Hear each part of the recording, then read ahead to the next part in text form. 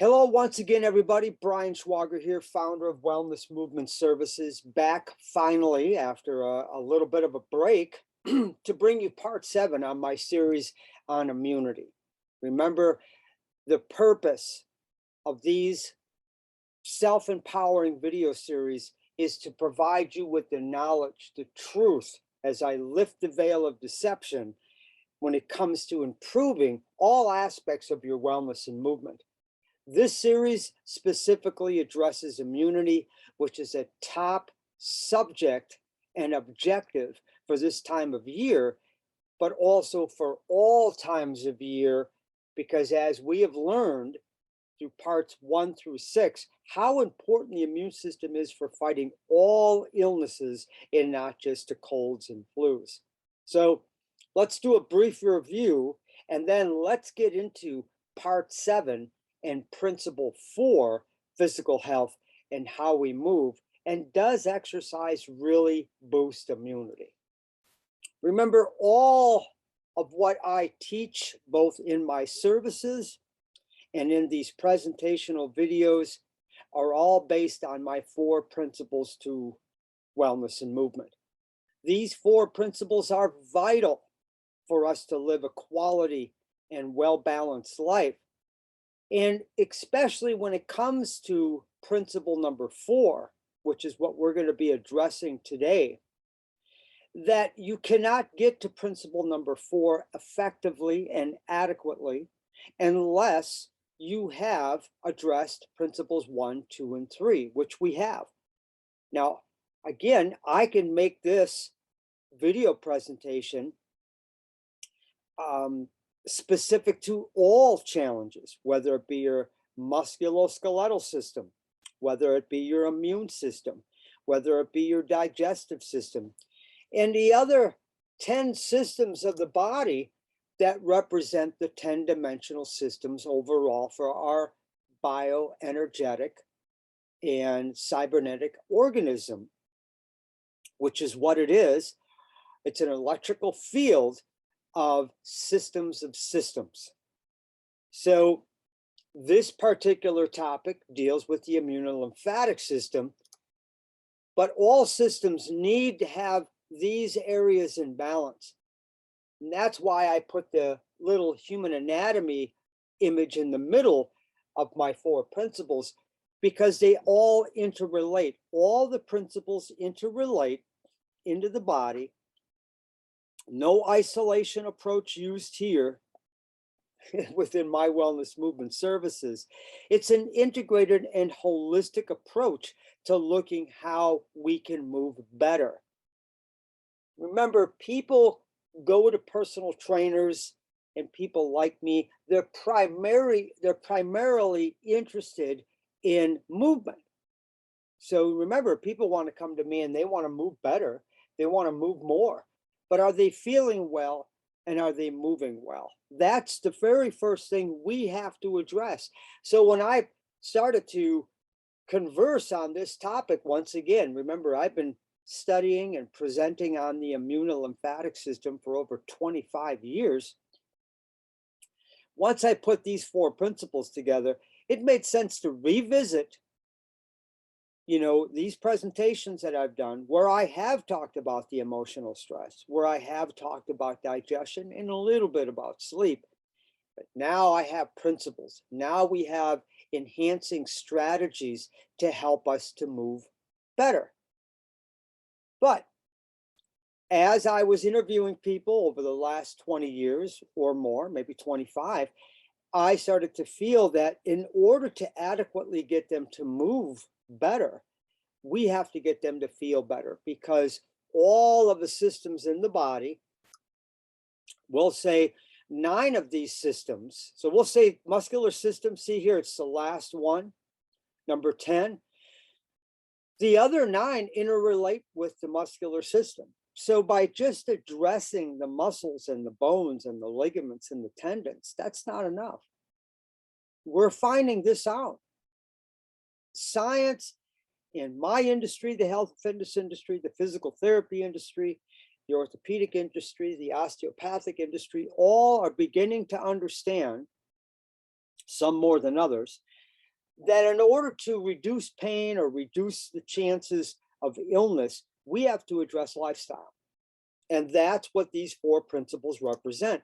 Your first 3 principles are based on your lifestyle, right?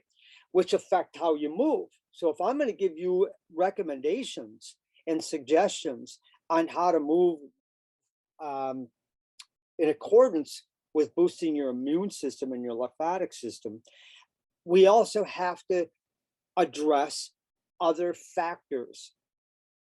So here we are, we're back at our 4th principle, finally, as I was talking about. And the first topic we're going to address is movement is medicine and the yin and yang of exercise. Then we're going to talk about how exercise in general does enhance the immune system, but how much and what kind of exercise, what kind of movement is beneficial. And then everything is based on gravity. All aspects of exercise are based on gravity in one shape, form, or another. And how does that affect every cell in your body? All right, so does exercise actually boost immunity? These were questions that I had asked a lot between 1994 and 1997. So let me preface this with a little story to give you some idea of how passionate I am about this topic, specifically about the immune lymphatic system. I will start out by saying that I was surprised to what I had learned, very surprised. But as the story goes, and where it all started was after my mother passed away with cancer. And she had, and I'm not exactly sure, I don't remember exactly, I believe it was cervic cancer. But I know that she had challenges in the female organs in that area of the body. And she was only 47 years old. Now, there's a lot that goes into that story. But what I want to preface that is the immune system. Now, I was a young personal trainer, pretty green around the gills when it came to understanding the immune system, exercise, and health. But I did everything in my power to make sure she was taking vitamins and drinking water, and not smoking cigarettes and other things that would help. But I had no idea until after she had passed away. So let's say it was about 10 years later, not even, it was about 6 years later. I'm really getting into my career and beginning to study the immune system. Understanding that a lot of my clients at that time, I'm a baby boomer, I'm 60. So I was working with clients about my age, maybe a little younger, of course, and maybe obviously a little older, but within that baby boom category. And the one thing that the baby boomers wanted to avoid was the illnesses that their parents had, or at least make life more manageable and reduce their risk. So that started to change things in the health and fitness industry, because now we really were addressing lifestyle, the lifestyle factors that relate to increased cardiovascular risk factors. So we have, high cholesterol and high blood pressure. And then as the 90s progressed, we started to ask questions more about the immune system, because the terms like chronic fatigue, fibromyalgia, and other autoimmune health challenges were beginning to show themselves more in my industry. And the science was beginning to understand a little bit more about this. And thank God I got involved with holistic and alternative medicine early on in my career, about 1992, actually. But I digress. In 1994, I was given a book by the chiropractor I worked for and worked with in Asheville, the functional neurologist that I may have referred to many a times, and the functional nutritionist. But in 1994, he gave me a book called The Cancer Answer. by Albert E. Carter.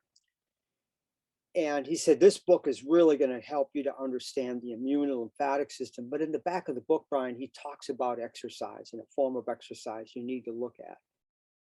So I happily read the book, and it was great. It really opened my eyes to how the immune and lymphatic system works. It was written for the layman, which I thought was great, because the average person could pick up that book and begin to draw the map and understand how important it is that these two systems work and why are they failing.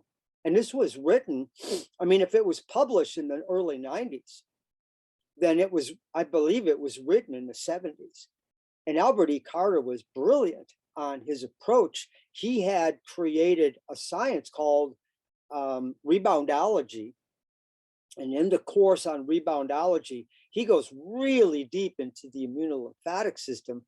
And again, not technically deep, although he could. He was, I believe at one point in his life, he was a journalist, a medical journalist. But by trade, he was also a trampolinist. So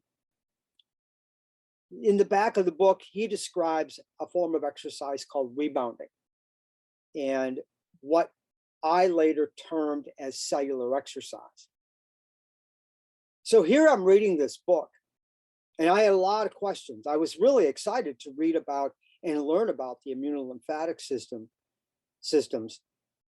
But specifically, I was really, kind of curious about this form of exercise called rebounding, because it related to a little mini trampoline, which I will talk about later in this part. But I didn't believe that it did all these things. Not really. I mean, I thought I did because I read it in the book. So what do? I call Albert Carter, and I start having conversations. And this is where I learned how he created the science called reboundology, which I immediately wanted to find out whether there was a workshop so I could attend and take this course. He wrote another book called The New Miracles of Rebound Exercise, which I read. And that led me to a number of other books and other authors. And there I was on my journey starting in 1994 to at first debunk it and say there's no way it does all these things, including enhancing your immune and lymphatic system. Oh, they had claims like it'll build bone, it'll build strength, tendons, it'll help with bladder control, and on and on and on these things went. But as I made these calls to different authors and read as much as I could get my hands around, things started to add up, and it was proven. So I decided that between 1994 and 1997, so I was in the middle in the 90s, I said, you know what, I'm going to dedicate the rest of my life to this. And in 1997, going forward, that's what I did. And as I came back from these workshops, I went to level 1, I went to level 2, and I became a level 3 master reboundologist. I started doing as many presentations as I could in my geographical area of Milwaukee, Wisconsin. I was doing them 4 or 5 times a month, about the immune system, about rebounding, about exercise, about lifestyle. So I didn't have the 4 principles, but I understood that detoxification, purification, alkalizing the blood. I had already discovered the whole thing about Dr. Otto Warburg and that cancer can't grow in an oxygen-rich environment. I had then been, I then opened up Pandora's box and began to understand the terrain theory versus the germ theory, went down that rabbit trail, and it was an eye-opening truth validation that we have been duped. And to be honest with you, it wasn't the cancer that killed my mother, it was the medications. And that was never proven in a court of law, but that's where it left me, my family, and my father. We were really perplexed. So here I was presenting on this topic, passionate as hell. And then I got involved with rebounding, real big, looked at all the ones that I could, and I won't get into that now because I'm kind of getting ahead of myself. But that's what brings me to what I'm presenting here today.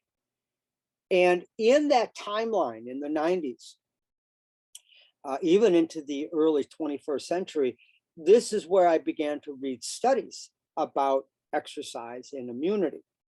Now, these weren't holistic, and these weren't, they didn't use the same principles or methods that I would, but they still came up with a positive result with increased T cell and NK cell activation based on exercise that was integrated with the patients in this study, this double-blind study, with their other protocols. So they were still getting chemotherapy and the other therapies that are recommended for cancer, but they added an element of exercise. And I thought, well, geez, what if we did purification? What if we looked at, the emotional aspect? What if we, used exercise more like medicine? So that brings us to where we are today, right now. Hippocrates said, motion is life. It's everything. We have to move. But are we moving well? Right? That's number two. Well, what's number one? Are we feeling well? Because how we feel affects how we move. So when someone comes to me with a movement-based challenge, I'm not just looking at how they move. Yeah, I'm going to look at the factors in their health history, what caused the movement challenge. And then I'm going to assess them objectively so I can look at their movement challenges and start to measure, rate, and rank their movement dysfunction, their lack of competency and movement potential. But why are we not looking at lifestyle when if you go back and you review part 1 through 6, lifestyle has a direct effect on the immune system. It also has a direct effect on movement. And I'm actually redoing another presentation on feeling well and moving well for my audience that has muscle, joint, tendons, ligaments, etc. pain, to let them know that we have to address lifestyle. You cannot just isolate. You can't isolate how we enhance the immune system and lymphatic system. You definitely can't isolate how you prevent injury or how you restore or repair from an injury. In other words, if someone has a back pain problem, let me rephrase that, a back pain challenge, then I'm not just looking at their back. So when my referrals would come in from the doctor, the chiropractor, the neurologist, after I moved out of in my own facility in 2009, the patient would call and say, Dr. Wallachy referred me to you because I have a back problem. And I'll say, well, you don't just have a back challenge, you have a body challenge. And I'm going to explain how this is all tied in. But when they called, they also said, in this brief little initial consultation, as I was trying to detect the mystery in their history, that there are other cofactors that are involved with their pain. Right? So you just ask them little questions like, how are you sleeping? And a little bit about their nutrition and their movement and what happened when the pain occurred, and so on and so forth. So we don't want to just look at the back, just like we don't just want to look at popping vitamins to boost your immune system. So going back to the integrated approach, you don't have a back problem, you have a body problem, or you don't have a back challenge, you have a body challenge. You're looking at the cofactors involved with that back pain challenge. The back is connected to what? Your trunk, the trunk of your body. And then you have your limbs that are attached. And then you have this head at the top, which weighs 8% of, I think about 8% of your body weight. And then you have your legs. So in the middle, you have this trunk, and a lot of people have lower back pain, right? And they'll address the back. They'll put ultrasound on there. You may get a chiropractic adjustment. You may get a massage in that area. And believe me, that's not the where you have the pain is not the source of the problem. That's just where it is being expressed. Your challenge is being expressed through the pain in your back, just like the challenge of a cold or flu is an expression of something else that's awry or out of balance on the inside of your body. The four principles encompasses the first, is specifically the first three principles are reflected through the physical. So let me repeat that. The first three principles are reflected through the fourth principle. So that person that has back pain, there's a reflection of something that's not happening, that's something that's out of balance in the emotional health area, biochemical health area, and the nutritional health area. There's no disconnection, because remember, the body is a system of systems and they all communicate with one another. That's why even now, as I'm communicating through Zoom, my Zoom app is on my computer, which I had to go into, access, bring it up. And now I'm working within two systems, so actually three, because I have my Zoom system here. I got my PowerPoint system here, and I'm on my operating system on my Mac. You start to see how it's all interrelated? So that person's back challenge or that person's immune system dysfunction has to be addressed by looking at the complete lifestyle. And that's new to the public. You know, that's why 99% of the people that come to me are referred, because this is so new. You know, Dr. Wallachy could refer someone to me, and he explained, and he works this way at his clinic, but he would explain how different I am to see if that person, you know, is ready for this kind of a journey, as I call it. Because if you're not ready for the journey, this kind of a journey, then we have to patch. Then we just patch up that back. We go back to we can do ultrasound, we can do electrical stimulation, massage, some chiropractic, some other soft tissue work, some rehab, and whether it's holistic or not. And you're going to get better, because I've worked in both fields. I worked in the Western medicine field of post or prehab, post rehabilitation exercise, or pre-rehabilitation, so before surgery or after. And then I also worked in the holistic area. But I noticed in the Western approach of patching or isolation that it was an incomplete job. And I didn't realize this, because my clients or my patients that I was working with were getting better. So then they would go. And I specifically started to see this in my athletic and my fitness clientele that were coming into the sports medicine clinic, where I was working as an assistant to a physical therapist, and I was also a personal trainer there.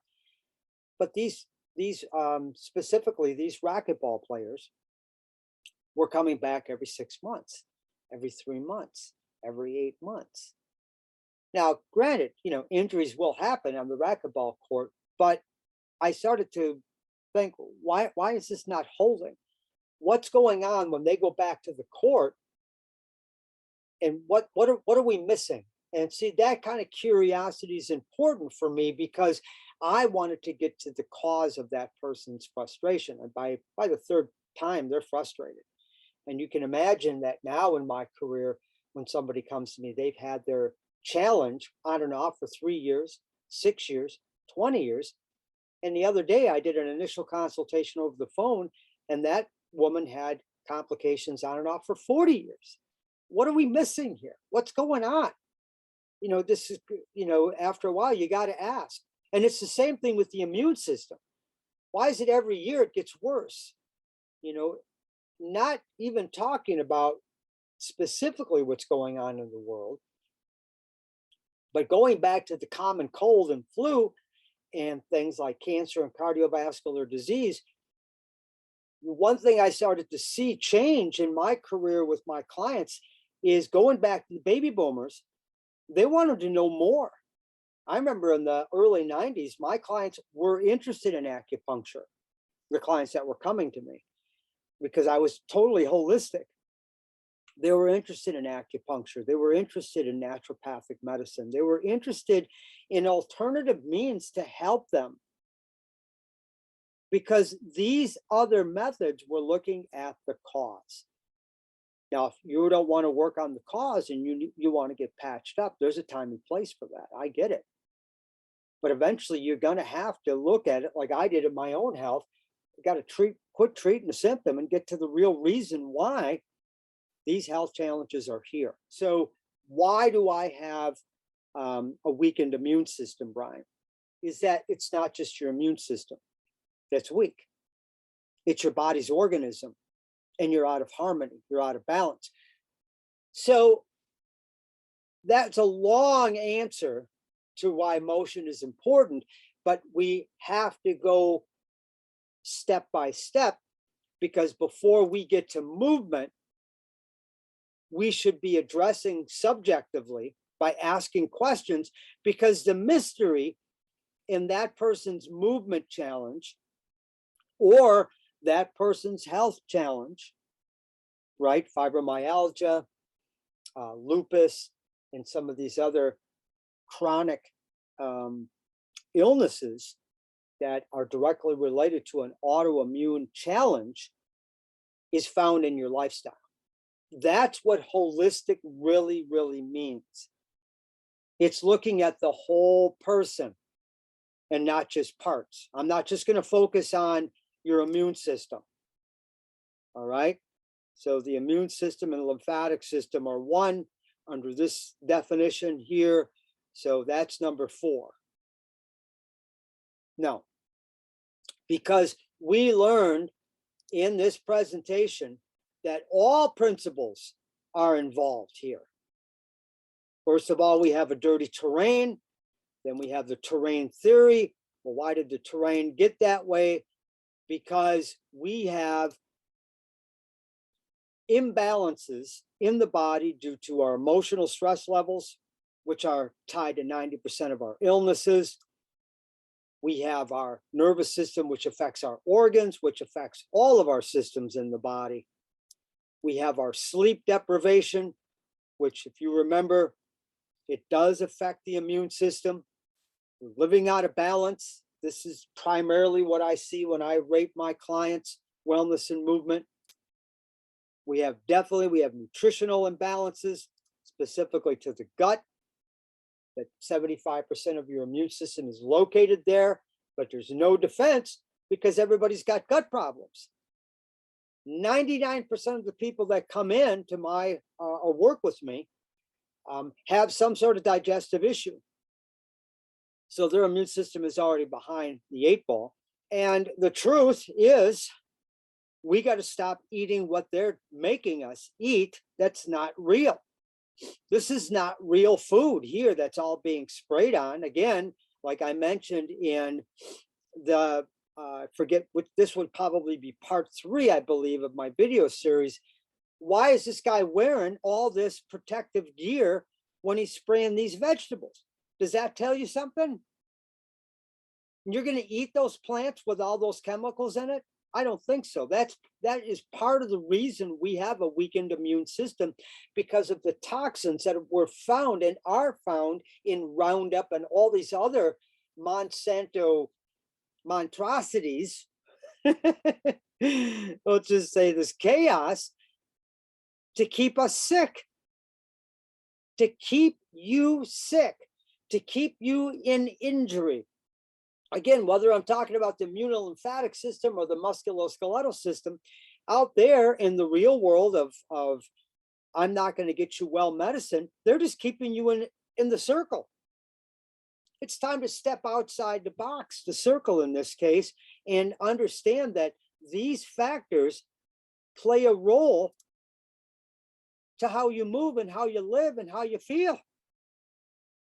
But feeling comes first. Because if you don't feel well, you're not going to move well. Of course, I'm going to drive this home. And there's all kinds of scientific evidence to show that exercise is great for the immune system. But what they didn't What they don't teach you is what type of exercise, and they don't teach you that when your immune system is in chaos. So let's say you got a full-blown cold or flu. So what are the symptoms? Fatigue, increase in body temperature, sinus drainage, achiness. What else? Slow thinking, mental fatigue, irritable.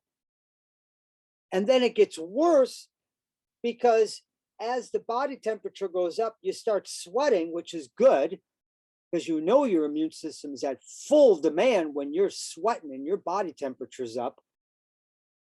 But then you're starting to release the impurities. Your body is telling you that you have put in too much and it cannot take it. So it is evacuating it as fast as possible.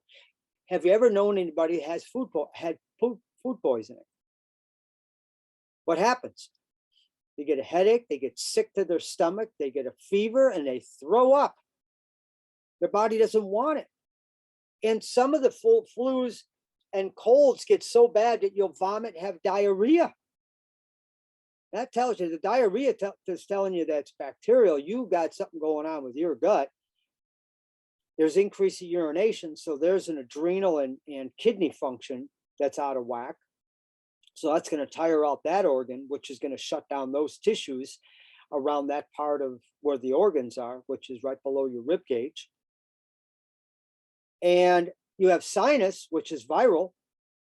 Your body's trying to let it out. So it's using all orifices, even the ears. Ever get a lot of earwax and your ear starts itching? That's fungus. So now you begin to understand that the body is just expressing itself, but you didn't understand. So what you do, you take the aspirin, you take the antibiotic, you take whatever the Benadryl or whatever you take to dry up the nose, and all you did was suppress it. You blocked it temporarily. The poisons are still in you, and what I've seen in my practice is this begins to repeat more often. And then the medications you're taking are making other things worse. So it's an unfortunate vicious cycle. But what they didn't teach you is that your body is eliminating. Now, I'm not against medication. I'm against wrongly prescribed medications and not using other methods first. Because like exercise, if it's poorly recommended, it will have a side effect, won't it? Because exercise is like a drug. It has an effect on the body. So if you're doing the wrong type of exercise, thinking that it's actually going to boost your immune system, because all these articles that I read, some were, not so true, and the other ones were half true and had some good information in them. But they're all saying, oh yeah, go out and exercise because it's safe. Now, I have articles I've written on this specifically. If you'd like them, let me know. My blog page on my website is not working correctly. I'm in the process of getting that set up. But please, if you want these articles, let me know, because I've written so much on this. But prescribing the wrong exercise. So we go back to, let's say somebody's they're not sick yet.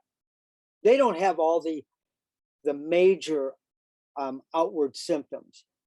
But what makes me different in my practice is, in order to keep them from getting to that point, because I'm trying to prevent the severity of those symptoms, I check in with my clients before every session.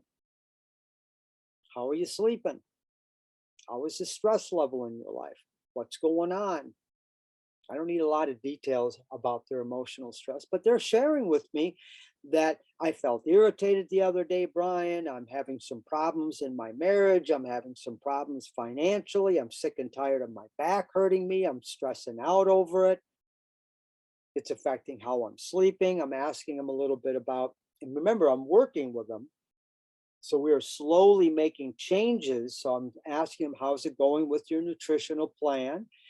Have you started implementing some of the things that I suggested with the increase of water, the decrease of sugar, now, and the decrease of other uh, food products that are causing more harm than good? Now, this is someone who's not there yet, but I'm asking them questions and staying on track, because if I had a client come in the other day and they had a pretty rough 4 days, it wasn't really good emotionally, and their sleep cycle was off. And when they came in, their rating was pretty high. Remember how I rate and rank? Their physiological stress load was pretty high just from the intake. Now, remember, I always stop and listen before I get started, because if I didn't, I would definitely prescribe the wrong exercise, or I'll use the word suggest, because I don't prescribe anything. But I ask questions first because their rating was high. So the plan I had put together, my curriculum for the day to keep them on their progress, everything had to shift. I couldn't do what I had planned because those exercises are overstimulating. So I had to use other types of exercises that weren't overstimulating to the nervous system. Otherwise, they are going to end up with a problem. You see that? Or a challenge. You see how that works? You stay out in front of it.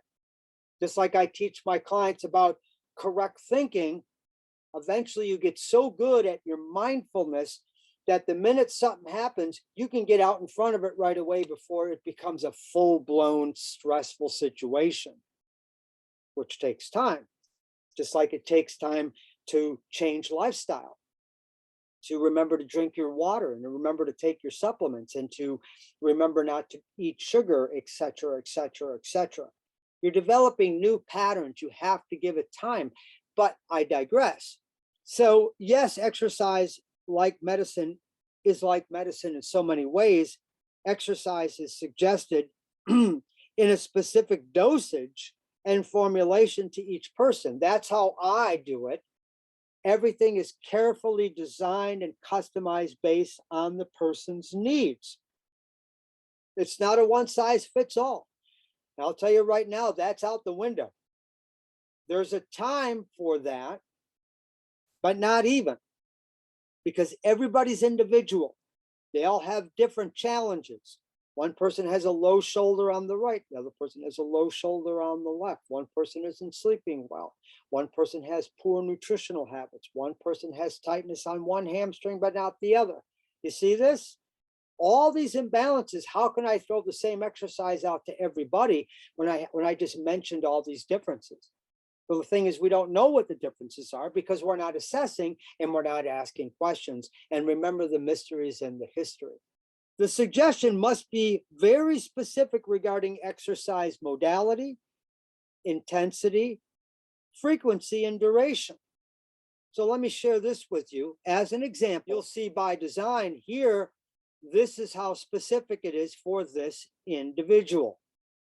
And in a moment's notice, I don't do all of these. I do all of these, and I do all of these exercises. These are movement and mobility. These are therapeutic rolling. But these here are selected based on how they're feeling. But this exercise here, the hip pelvis integrator and the Makaho kidney bladder, these are organ exercises that I put in for this client that are very, all these exercises are pretty low intensity, very low intensity. And then as they get better, they move out of the corrective therapeutic approach and they move into just functional exercise or corrective exercise. But very carefully looking at how much rest, intensity, repetitions, tempo, and sets. And everything's based off of the individual and it's very, very customized. You don't need to know all that. Neither does this client. All this client is concerned with is getting out of pain. That's all they care about. And they say to me, I like how you're taking care of all the details. You look at everything in this. But going back, the suggestion must be very specific regarding exercise modality. So these are modalities over here. The intensity, BW stands for body weight. No resistance for her yet, for this person. Frequency, she is doing these exercises 3 times a week. Duration, well, duration could be repetitions or sets, depending. So that gives you an idea that clearly it is not enough to have trainers and healthcare providers tell their clients and patients to start an exercise program without having them getting physically assessed first. And I'll take it one step further, without assessing their lifestyle and their physical part. So both lifestyle and physical need to be subjectively, and the physical part needs to be sometimes the lifestyle has to be objectively assessed. So I may have to get blood work, a urine sample, so that's more of an objective finding. And then they'll go through my physical assessment, which I can then use my vision, and I video record these, and I start measuring the differences in their posture and their range of motion and then their strength. So it would be equivalent to telling a patient to just take some pills. Now, what if your doctor just said, well, just take these. Don't worry about the side effects. I'm not too sure if they're going to help. We're not going to look at your lifestyle and make changes, have you drink more water and get rid of your electromagnetic devices in front of your face at 9 o'clock at night. No, we won't do that. We'll just give you sleeping pills and pain pills. Well, Dean Ornish, who wrote a book, How to Reverse Heart Disease Without Surgery, begs to differ on that. That's an interesting book. I read that in the middle 90s. And it was fascinating that he used diet. They looked at health plan, eating, what they were eating. And they looked at their emotion. And they looked at carefully prescribing exercises for those patients. And they all lowered their risk of cardiovascular disease. And they never needed surgery. And these were based on people that actually had high risk factors. So you see where we're going wrong? We can't just throw exercise out there like, hey, go out there and exercise. Well, what is exercise? How do you define it? Well, we're going to be defining it here in a minute. Now, Hippocrates, again, going back to Hippocrates, right? The father of medicine. And what did he say? He was the first physician to prescribe exercise to his patients. Wow, really? I didn't know that. The Greek physician wrote 2 books emphasizing the importance of exercise, diet, stating eating alone will not keep a man well. He must also take exercise for food, and exercise work together to produce health. So you're starting to see, but what do we do, Brian? Well, how do we exercise and how do we determine this? Well, we determine it by getting assessed. But getting fully assessed, whether you have a challenge or whether you're trying to prevent one, this has to be done. And I started to do this assessing in 1995. Now, I was learning about some of the simple forms of assessing when I was working between 1992 and 1994 for competitive ed sports medicine up north in Milwaukee, because I would watch the physical therapist, the athletic trainer, and they would invite me as an observer while they were assessing their patients. That was nice of them to do that. Learning about range of motion assessing, and learning about posture, and learning about how to activate the inner core and all these other things. but assessing. And then when I got the job between 2003 and 2008 at Advanced Chiropractic, many years later, I moved to Asheville. And I had a good knowledge base up to that point, but I was making a directional turn in my career, which prompted me to go back to school and start studying at the Czech Institute in 2004. The chiropractor was also teaching me how to do evaluations, assessments, and I was observing him when he was doing all of his nutritional analysis, which was holistic for his patients. And then I moved out on my own in 2009. I'm still with the Czech Institute to this day. I have I'm in their long-term program. It's my postgraduate program. And I'm now learning to create a rating and ranking system. So here in this first photo, I'm sitting with this young lady, came to me with hip, low back problems. She's a former gymnast and a dancer and very physically active, and been to a number of different practices with only temporary relief. And here I'm sitting there with her, and I'm going over her rating. This isn't her rating, by the way. So you can see in the background, I got my 4 principles up there. And then over here, I have a different kind of a graph that I'm showing her where her 4 principles are rated. Then an individual, this is the most important part. This is the subjective. This is what I call my comprehensive consultation, my wellness, movement, lifestyle comprehensive consultation, which I then provide the client with an overview of what they need to do with a plan. And then they get a detailed wellness plan with that, with recommendations. So I had to refer her out to my chiropractor friend because I needed more assistance with her case. What I've taught at the Czech Institute is when in doubt, get the phone out and work alongside. In this case, this was the doctor, the chiropractor, and not just refer her over and say, well, have a good time, but to have conversations. I would have conversations with Dr. Wallachy on a regular basis about all of our clients, our mutual clients, so that I'm right on top of what he's doing, because I don't want to undo his work, nor do I want to prescribe the wrong exercise, or I should say suggest the wrong exercise.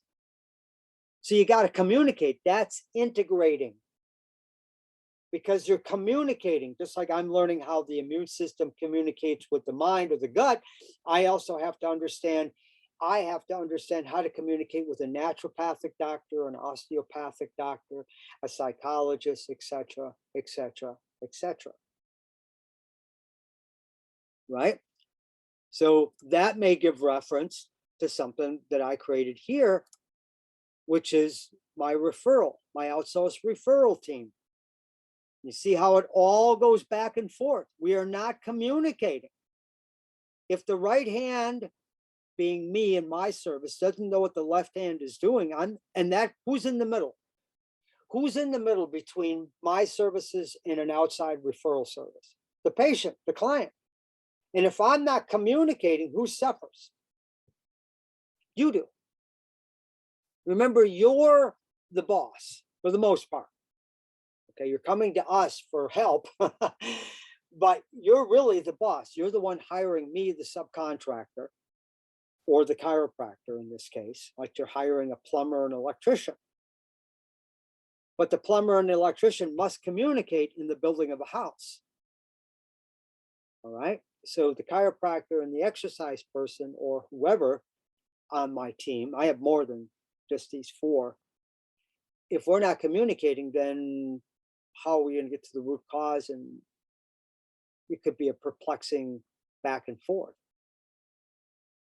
So then there's the physical assessment, which I'm not going to go into detail, because the purpose of this whole series, and then specifically part 7, is to talk about, just general movement, because you're not going to be ready for this anyway if you're compromised. If you're not compromised and you've gone this far, know that once I collect this information, this will provocate me to customize your physical assessment because it's going to be based on the information you're giving me. So I collect information from your emotional health, your biochemical health, your nutritional health, and even your physical health, because I ask you a lot of questions.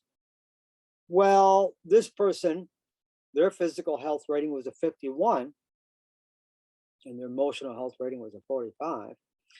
But in their physical health rating, I know that I had to break down things physically. And, these were only a couple of photos. This is somebody who doesn't have pain on the floor doing one of many tests. And here's someone who does have pain doing a different kind of an assessment. So I have two different assessments. I have one for those that are in pain and one for those that are not in pain. But the whole point is we need to assess. Because if we're not assessing, we are guessing, and we know where that'll lead us. But with the cold and flu, if you're in the midst of this, then we have to make the other lifestyle changes that I suggested in the other parts of this series. And then we have to look deeper at what we're going to do about this system, because it's all about decreasing the physiological stress load to improve your readiness for exercise. Because this person here, the before shot, they are not ready for, well, their readiness for exercise. So you have a low readiness and you have a high readiness. So low readiness is someone who has this score here. Now, if somebody came in and they had, see this after, if they had this coming in, well, then they're pretty much ready for exercise, barring some correctives and some imbalances that have to be corrected. Not a big deal, but then we can get them right back into the game, whatever that game is, right? The game of life, racquetball, tennis, you got 4 kids, you have a physical demanding job, right? This, if a person comes in with a low rating like this is an easy one to me. And before you know it, I've taught them how to fish. See ya. Come back if you want exercise system design. It'll be easier for me to teach you these, but I'm going to get you back out on a 4, 6, or 8 week system. And I've designed systems that go up to 6 months. But if you have this coming in, we have to be real careful about, number one, what we're going to suggest, and it has to correct the imbalance. So there's different types of exercise.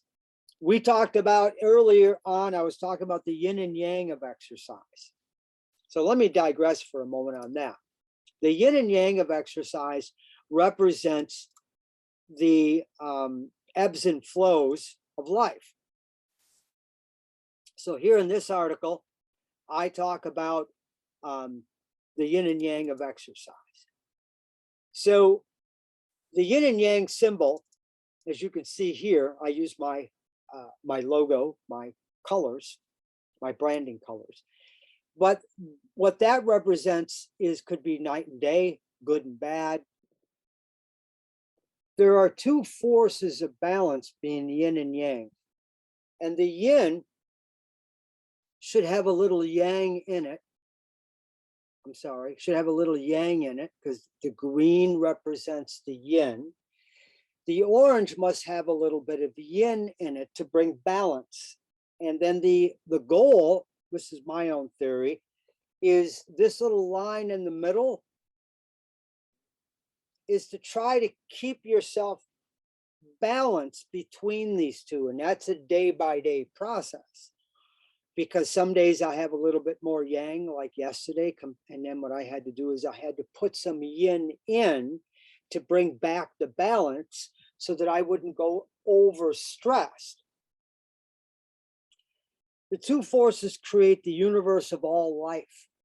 Yes, no, up, down, right, wrong, healthy, unhealthy. There's all these imbalances that we have to live in and find harmony with, right? So what is the yang represent? Represents catabolic, because it represents a lot of energy and faster. It also represents an increase to the sympathetic nervous system that relates to our sympathetic stress, which is fight, flight, or freeze. So this is if you're being attacked.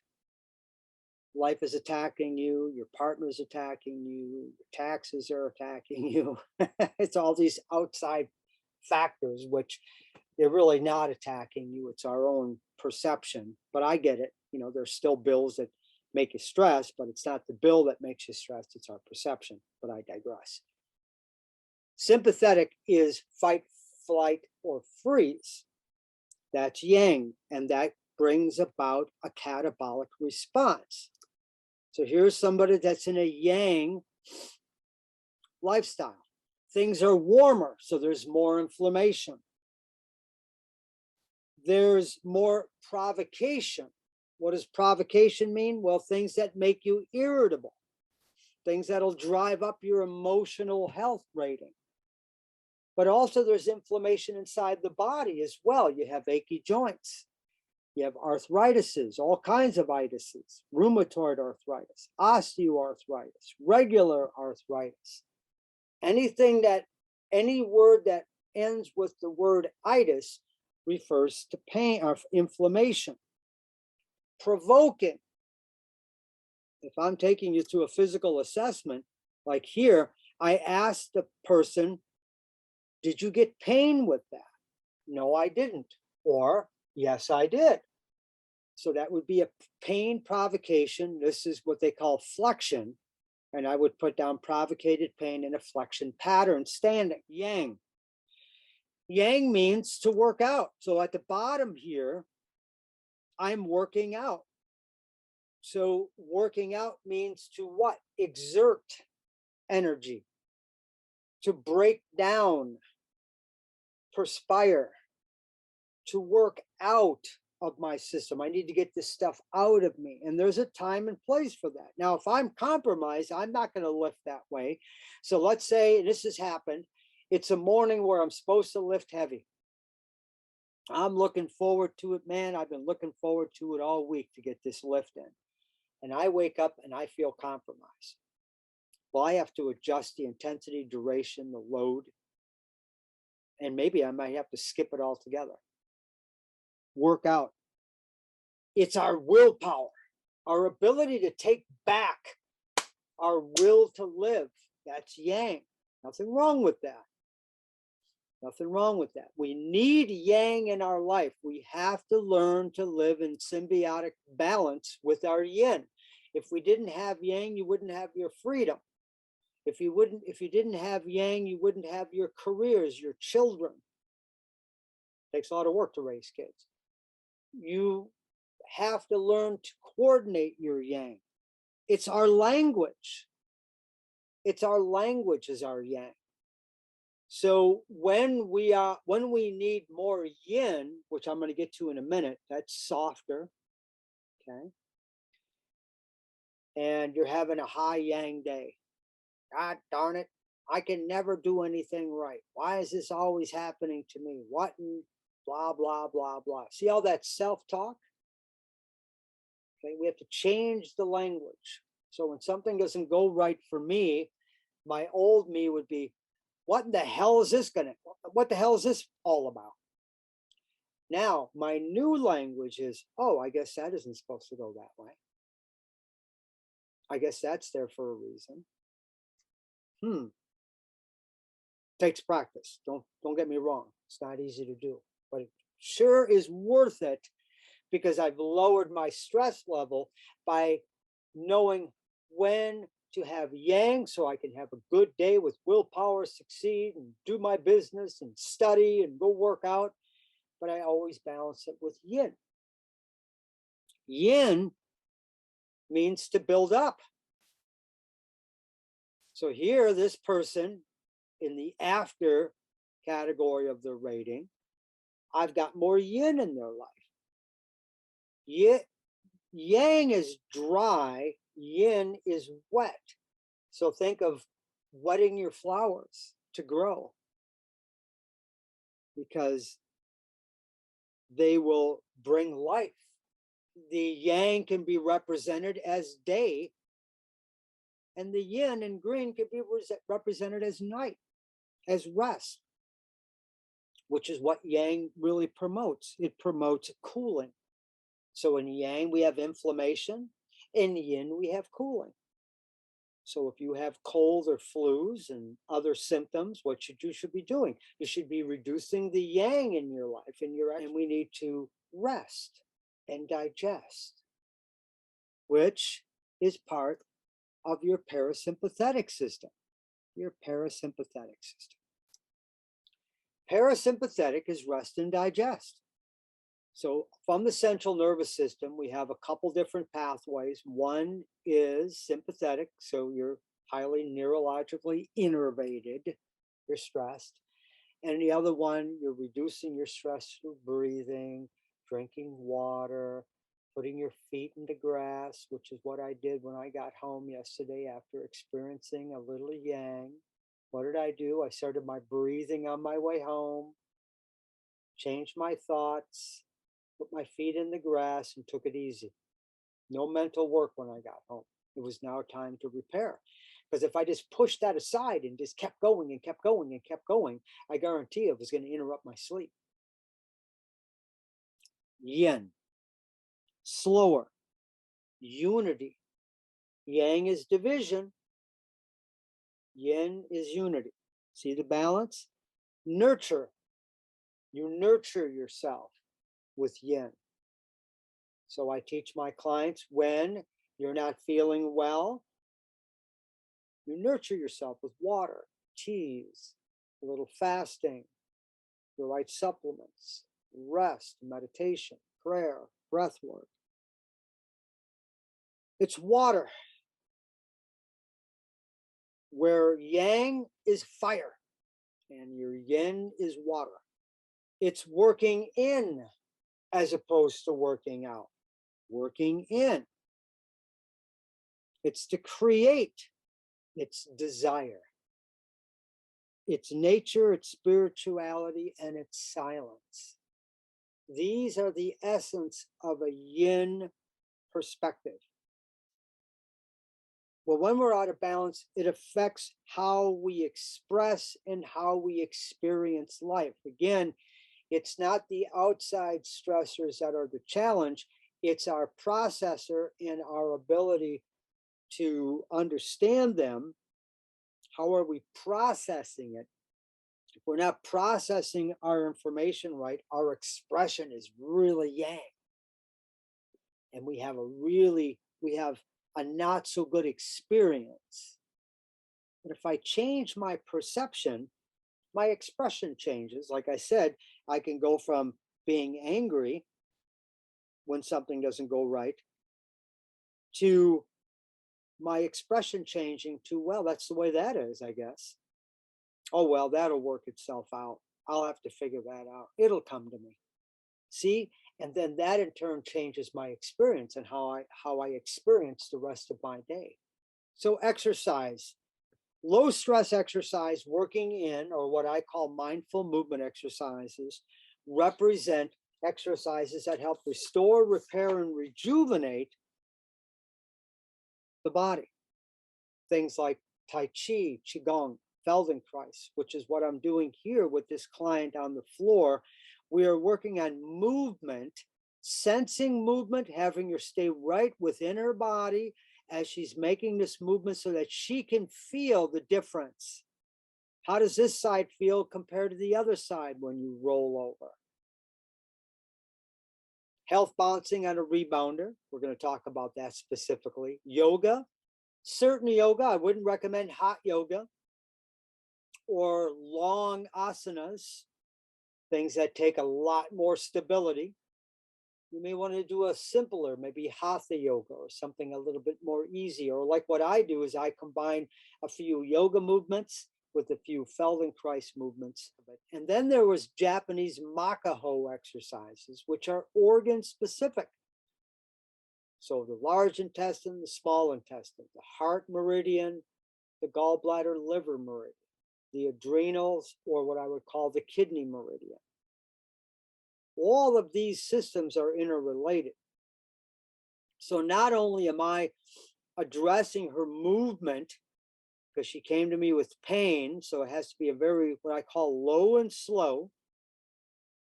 But this exercise here is for the large intestine. And going back to another image, this one. So we have the 7 chakras of the body. Now, here I may lose a couple of you, so just bear with me. If you haven't, if you've never heard of the word chakra, look it up. But there are 7 energy systems in the body that are tied to our emotions, and the bottom 2 represent procreation, love, and stability. So where you live, your partner and your support system, the ability to have children, and your association with community and culture. And when those are thrown out of balance, which is the part of your lower oscillators, rhythm stops. Much like when your lymphatic system is clogged, drainage stops and it pools and overspills. Well, energy, which moves through your body, I'm moving my arm, that takes energy. There's a kinetic energy that's telling my arm to move. And that kinetic energy is running from my motor control part of my brain through my arm. But there's also kinetic energy right now that's working on my kidneys and operating my gallbladder so that I'm producing bile, and operating my liver so that I'm detoxifying toxins. And that's operating my spleen so I can detoxify my blood. That's all happening behind the scenes, whether you know it or not. Thank God that it's there. That kinetic energy can get stifled, which reduces the oscillating effect, which affects these chakras, which affect that part of the body. So that part of the body at the bottom is your last 2 vertebrae on your spinal column, and affects your adrenals, which are tied to your kidneys.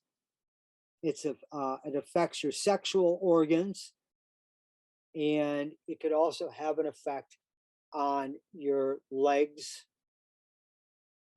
because the nerves that come out of these last 2 vertebrae help to operate everything from your toes to your foot to your leg.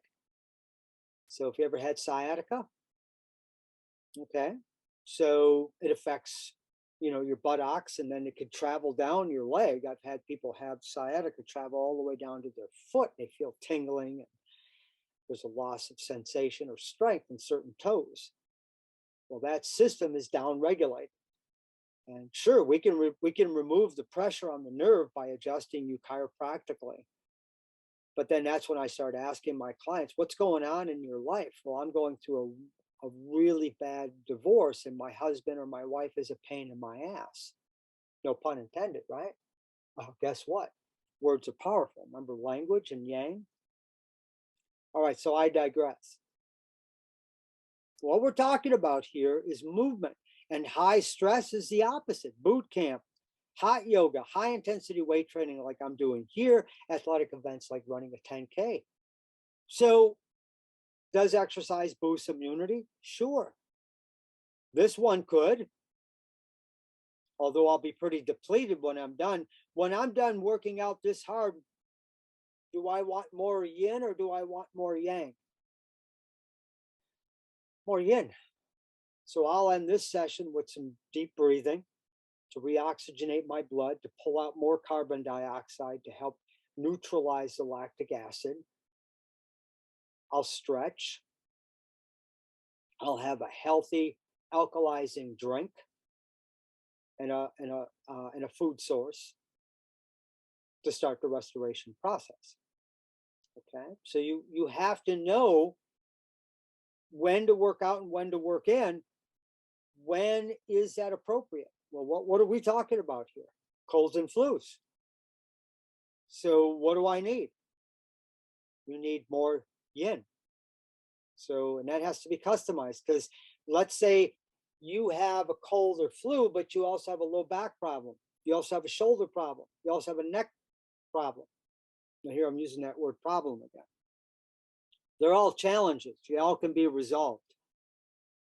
But if we're not taking that into consideration, I'm just throwing some yin exercises on you. Well, that's going to be good for your system, your immune system, your nervous system, because the yin brings down the nervous system. Because when you're in yang and you're sick, your nervous system is up here. But if I have you doing the same amount on both sides, the side that's tighter is getting tighter and the side that's weaker is getting weaker. So I may have satisfied one aspect, but I've made things worse on the other. All right. And then there's cellular exercise. Cellular exercise, as you can see in the picture, that looks like a mini trampoline, but it is no way a mini trampoline. I made the first mistake when I first was reading about it. I bought a mini trampoline and it broke. There's a big difference between a toy and a therapeutic model. That's what I call it. I call it a therapeutic exercise device, because this one is not built like a cheap mini trampoline. And it works you at the cellular level, enhancing the immune and lymphatic systems with cellular exercise. Cellular exercise, or rebounding as it's called, and the cellular exercise unit, or the rebounder, have been around for over 70 years. Now I need to change that, because this is a copy from a presentation I did a while ago. So now it's over 90 years. The term cellular exercise came from the result of an action called rebounding. This is a unique exercise concept which harnesses the effects of gravity to exercise every cell in the body through something called cellular respiration. Now you remember that Dr. Otto Warburg, cancer cannot live in an oxygen-rich environment. NASA discovered that 68% more, it was 68% more efficient than running or jogging. And in a study by the Cystic Fibrosis Foundation, maximal oxygen uptake and pulmonary functions improved, all with cellular exercise. The first quote is just to remind you that cancer can't live in an oxygen-rich environment. Science has long proven that aging and disease occur at the cellular level.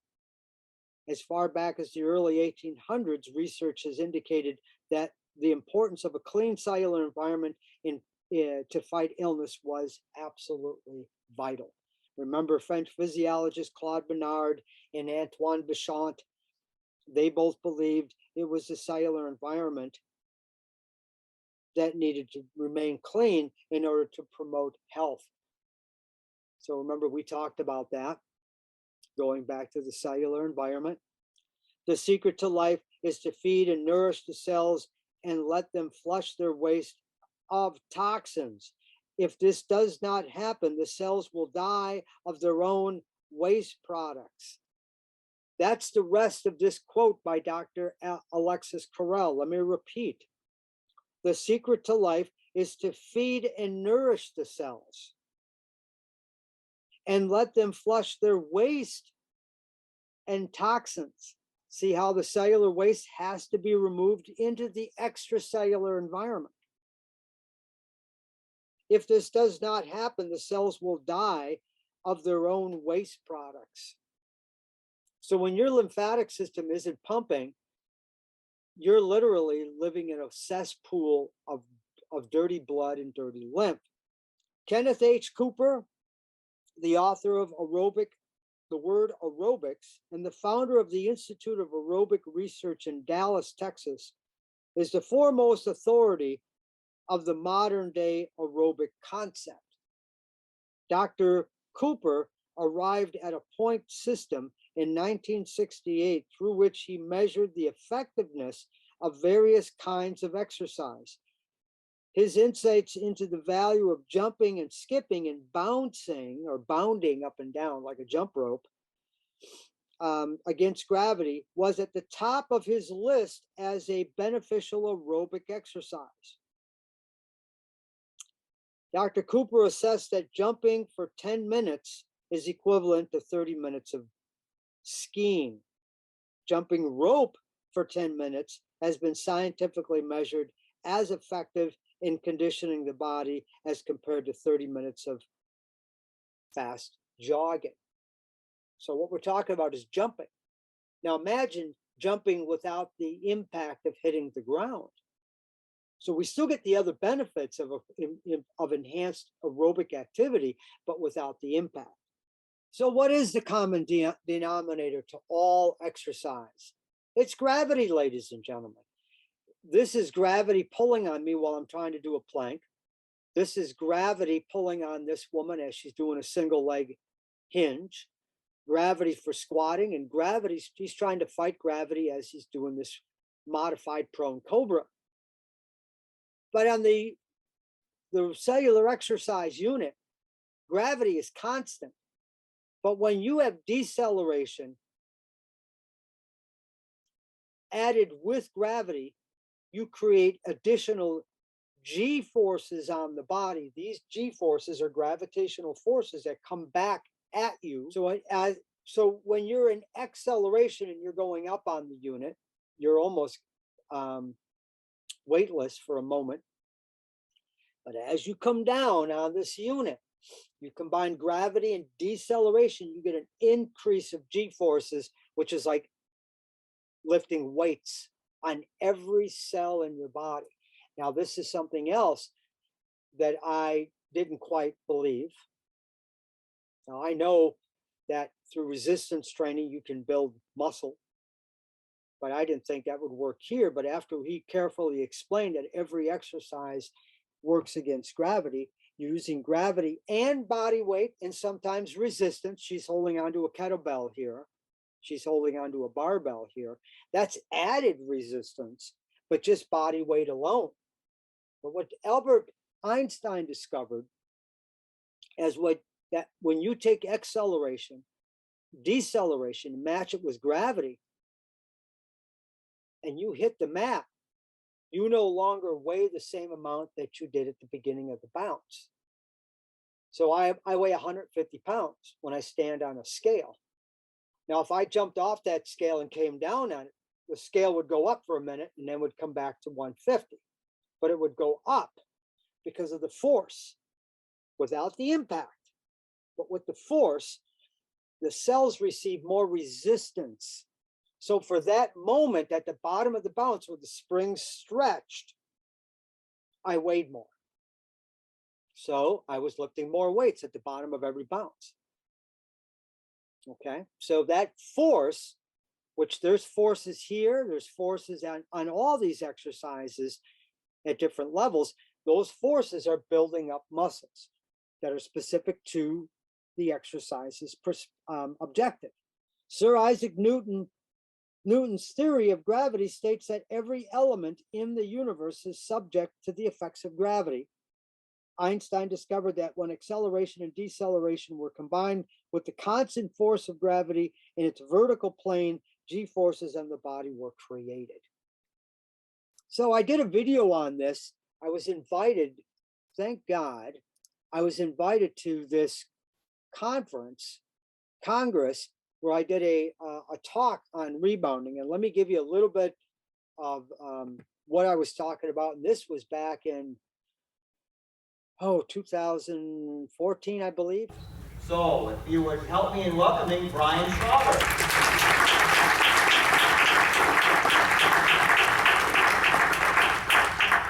Thank you, everybody. Thank you, Dr. You're welcome, sir. Thank you for inviting me. Yeah, welcome back. Good afternoon, everybody. Okay, so where should we start? What will you learn? Harness gravity to purify the cellular environment or the biological terrain will be something we'll cover. How about to strengthen every cell in the body? We can still harness gravity to do so. Harnessing gravity to enhance cellular respiration. So, and it's not a mini trampoline. People protecting mind. What is the cellular environment? The cellular environment and/or biological terrain represents the environment in which all living things exist in the body. How many of you have heard of the French physiologist Claude Bernard? Right? Not a lot of you have heard of Dr. Bernard. How about Dr. Antoine Béchamp? So those people that raise their hands and know of Dr. Bernard and Dr. Béchamp, how important is it to keep the cellular environment clean? If you haven't read their work, you need to read their work. What they refer to as a cellular environment, I use an example as a fish tank. If you have exotic fish and you don't keep the tank clean and the pump working, what happens to the fish? Right. Exactly. You can use the same analogy with plants. If I have a sick plant and I repot it into healthy soil, what happens to the plant? It thrives. So what we're looking at, what Claude Bernard and Antoine Béchamp were trying to explain before the turn of the century, was that we are not here to rectify illness from a germ perspective, but we are here to change the terrain, change the environment, and things will change around you. Cellular exercise stimulates the lymphatic system. So the use of this round disc with a bunch of springs creates a pump for the lymph. What pumps the blood? Right. So what pumps the lymph?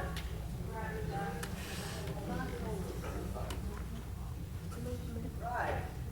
Who said breath? Work.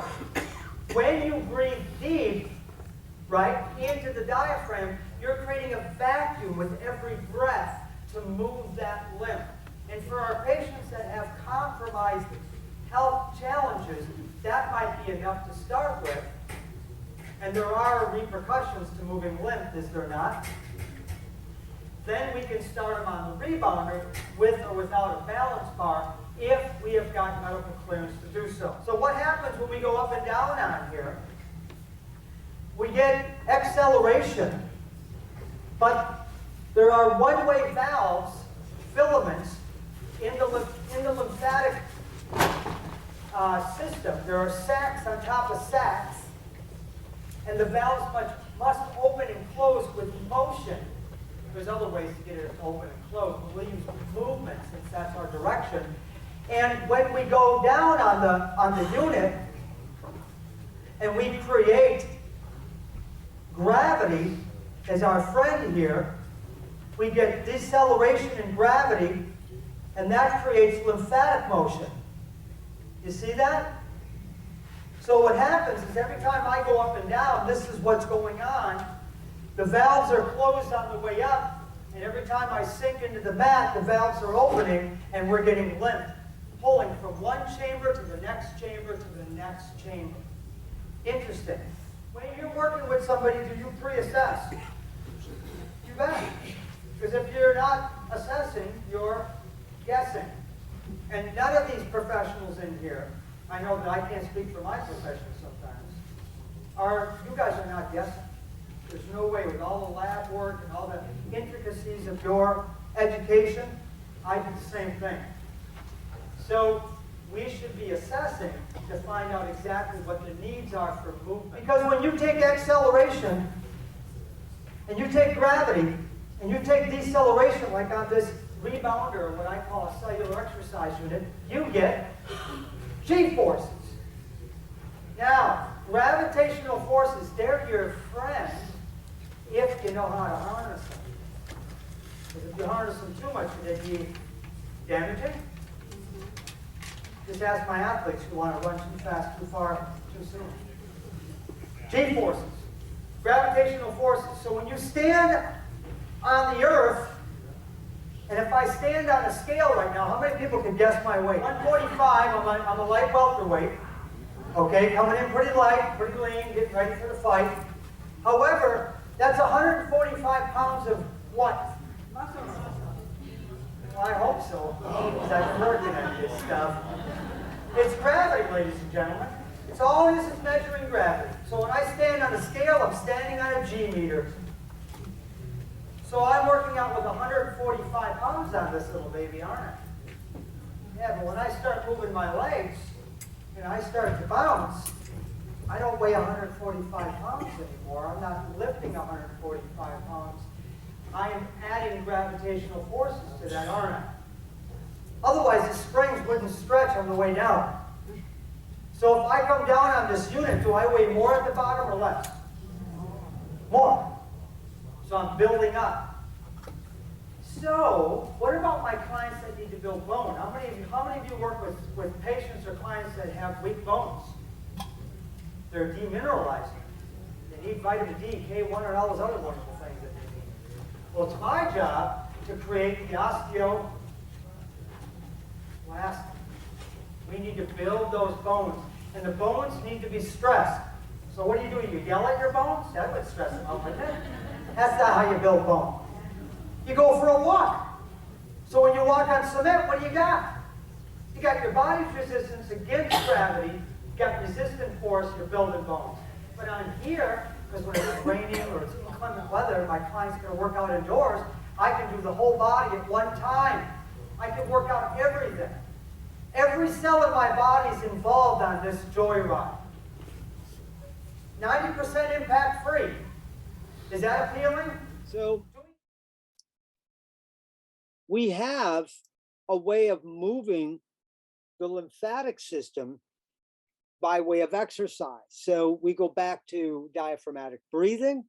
We go back to a walk, preferably if it's nice out, get your feet on the grass, but going out for a nice walk, not a jog. We have massage, lymphatic massage. We have lasers that can move lymph. We have electrical stimulation that can move lymph. And then we have rebounding, which has been shown scientifically that on the bottom of every bounce, the valves open, which helps our lymphatic fluid to flow up against gravity. And eventually it circles and ends up in the subclavian vein, where it gets dumped and then, neutralized or purified by other organs that are designed for purification. There are many different types of rebounders out there. The one at the bottom here, that's a trampoline. And then we have a urban rebounder here. And then this red one is an original rebounder from Albert Carter's former company. We have the Bellicon with bungee cords, which have different benefits. And then we have the NEDAC. Now, I've looked at them all. I've looked at many more than I have images for here. And why did I stick with the NEDAC? Because they were made here in the US. They had a soft bounce. They had the longest wearability. And I don't want to go into all and how you use it, but I will show you that. Now, what I thought I'd do is I'd bring up a video of me doing the health bounce. Not the best audio, but it's going to give you a visual of how to do the basic bounce. And this is at my facility, my second facility in Asheville. So just pardon the sound fluctuations, but let's see if this will help you to understand more of how to get started by doing what I call the basic health bounce. Hello everyone, Brian Schwager here in my new facility. Getting ready to take a little break. I was doing some paperwork this morning for a couple of hours, and it's time to move, decompress, and stimulate my immune system.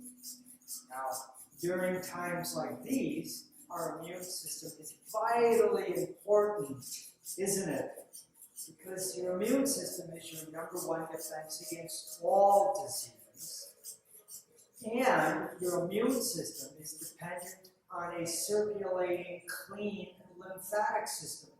Now, I've been talking about rebounding, or what I call cellular exercise, for over 25 years. But what I'm going to do in this little 2-minute break is do what's called a health bounce. Now, Now, of course, I wouldn't recommend that you try this if you've had any cervical injuries or if you've had trouble with your balance or visual challenges and other musculo or skeletal type challenges like to the knees or to the joints of the body. This is safe for those people, but without a proper instruction, I don't want everybody to go off and buy one of these and start jumping. And this is not a mini trampoline. This is a rebounder. Go ahead and look up NEDAC.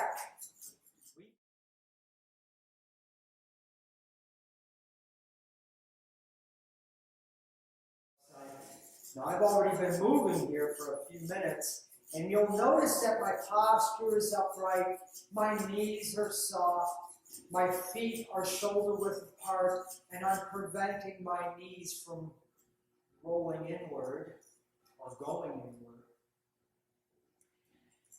While I do this bounce, every time I come down, you can, by the motion of my hands is showing the repetition of each bounce. As I come down into the bounce, my lymphatic valves open.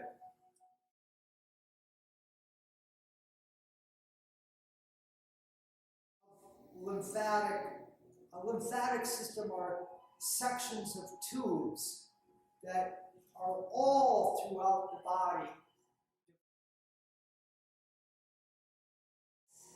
And in various junctures of the body, there are lymphatic nodes or filters.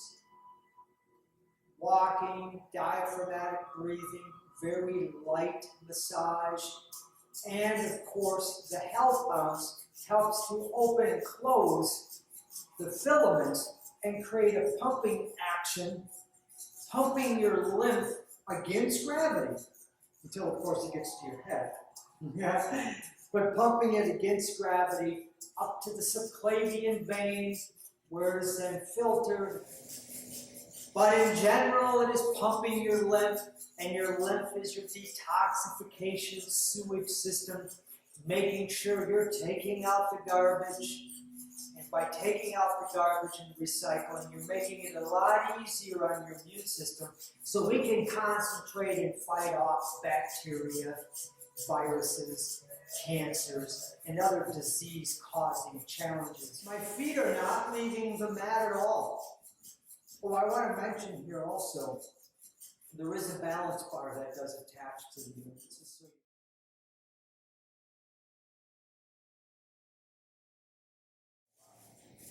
Okay, so I'm bouncing gently up and down, pumping my lymph, and then the last thing I do while I'm doing this 2-minute or 3-minute health bounce is breathe diaphragmatically. So I think you get the idea. And if you go to my YouTube channel, there's a plethora of videos that will help you to, to learn more. I've got so much free information here for you. Here's one on breathing. And then here's one on mindful movement. Let me play a little bit from that. This exercise is called the shoulder spine integrator, and it is a Feldenkrais exercise. Now I'm inhaling and allowing my neck and my upper back to rotate backwards where it is comfortable.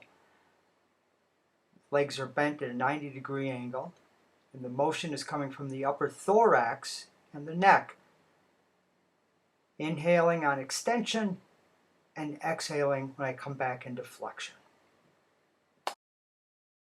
Here's a yoga exercise called Lord of the Half Fishes. In this exercise, sitting upright in good posture, I'm simply breathing diaphragmatically in and out as I hold the stretch. This is one of the stretches from the Japanese Makaho system that I use. This one's for the stomach and spleen meridians. As I hold this position with my hips extended, I'm breathing diaphragmatically. And then after I've taken 3 diaphragmatic breaths, emptying my mind, I simply go back into the stretch and open up the stomach and spleen meridians. Now I'm doing a little qigong. This is a weight shift with a little upper body rotation. Simply being present. I do these a lot when I'm out in the park. I'll do this exercise and then I'll combine it with a lot of other movements, even some martial arts that are soft. And here's a little Tai Chi energy work as I inhale, as I push away all that no longer serve me, and then I exhale as I pull back in love, compassion, forgiveness, etc. Sometimes I weight shift from side to side and do these movements. Sometimes I just stay in the center and do these movements front and back. So these are just brief examples and descriptions of how I and what I use as far as mindful movement.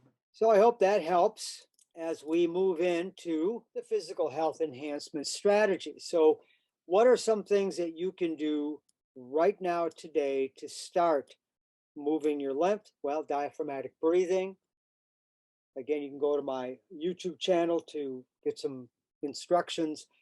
Walking, if you can, barefoot, or what they call grounding. Health bouncing, and other types of work in or mindful movement exercises that will not get you to perspire or labor your breathing. Because once that changes, the body is now using excessive energy. No exercise for those who have severe cold and flu symptoms. None. I wouldn't recommend it.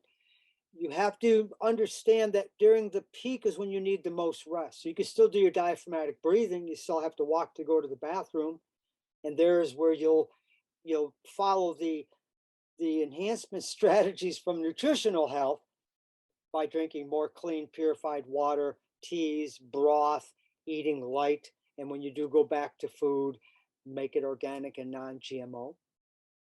Assess your rate assess and rate your wellness and movement. You may want to do a what I call either a wellness movement lifestyle survey consultation, which is short and that doesn't include a full-blown plan or overview, or you may want to do a wellness movement lifestyle comprehensive consultation, which will provide you with an overview and a plan.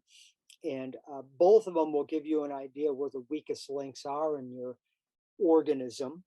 And everything that I do is based off of a step-by-step process. Now, in step one, we find out what's going on subjectively, the mysteries in the history. Number two is where we do an objective physical screen or assessment. A screen is done for those who don't have pain. An assessment is done for those who do have pain. And then you start your restoration process in step three. People usually get as far as step four with me. They don't need to go to step five because you're not a professional athlete or a competitive athlete. And I will tell you that step three into step four, I'm starting to teach you how to sustain and maintain. So you're getting videos, everything's customized, personalized, and I'm teaching you how to fish. So an option, if you'd like, step one, wellness movement lifestyle survey consultation. So I do this over the phone, in home, or over Zoom. You fill out the wellness movement lifestyle survey questionnaire and health history form, allow 1.5 hours of undisturbed time for us to, for me to consult with you and take scrupulous notes so you can get ready to make changes. Of course, what's included are that include recommendations for both food and supplements that will help to restore your health. Movement recommendations and referrals will be provided to those who live outside my geographical area. So I can do a lot of this kind of work over the phone or Zoom. The only thing I can't do over the phone or Zoom is the physical part of the assessment. That's if somebody needs to go to that step. But just getting the rating and getting an idea where to start is what a lot of people want to start. Majority of my clients come in, they do the comprehensive approach. where then they'll get a plan, a personalized wellness and movement plan for you to follow. There's also an overview that comes with that. But there's a lot more forms that have to be filled out, and it's a lot more time being spent. But you have to understand, I'm looking at everything. So I get all the information in my office. I go through it all. It takes me about 2 hours to do it. And then I spend 2.5 hours going over everything with you, including how to follow your own overview and your plan. Now, again, I'm not here to address the physical. Primarily, this is talking about holistic lifestyle coaching. I can do the physical part. We can talk about that if you'd like, but I didn't want to, I don't want to turn this into a sales pitch, but I want to give my viewers an idea of how this would work if they came to me with questions or they would like to go through this aspect. So from a holistic lifestyle perspective, I teach people how to eat, move, and be healthy, utilizing an in-depth appraisal of assessing the amount of stress coming from what and when a person eats, their sleep habits, emotional and mental stress. Also looking at their digestive function and the level of toxicity in their body, and looking at your overarching goal. You have to have a dream. You have to have a vision. And the vision is the long term, and the intentions at the beginning are your short term. So in order to get to your dream, we have to have your short term intentions, taken care of, so that you can live your dream, whatever your dream is. If I were to consult with you, what is your dream? Some people would just say, I just want to be out of pain. Well, then I would say, why? Some people say, I would just like to feel better. And I would say, well, why? And the why is the real vision. So I asked one lady, she said, I want to get out of knee pain. And I said, well, why do you really want to get out of knee pain? And she gave me a number of answers, but one that stuck with me was she wants to be able to take a walk with her husband. There's the dream. There's the anchor. That's the real reason why. And it's the same thing with, if you're not feeling well, I'm tired of the cycle of getting sick, and I'm now understanding the importance of the immune system. My why, or your why, could be now related to, I want to prevent long-term problems. Just like mine, I didn't want to end up with the same health challenges that my father had and my mother had. So I had to get to the why behind my goal. And in this case, the why behind my vision. And I have intentions that I set daily. Daily intentions might be, drinking more water, cutting back on toxins, not eating fast foods. These are daily intentions and things we can start to remove that will help us to reach our long-term vision. So this last one was the longest because it had the most information next to nutrition. That's a long one, isn't it?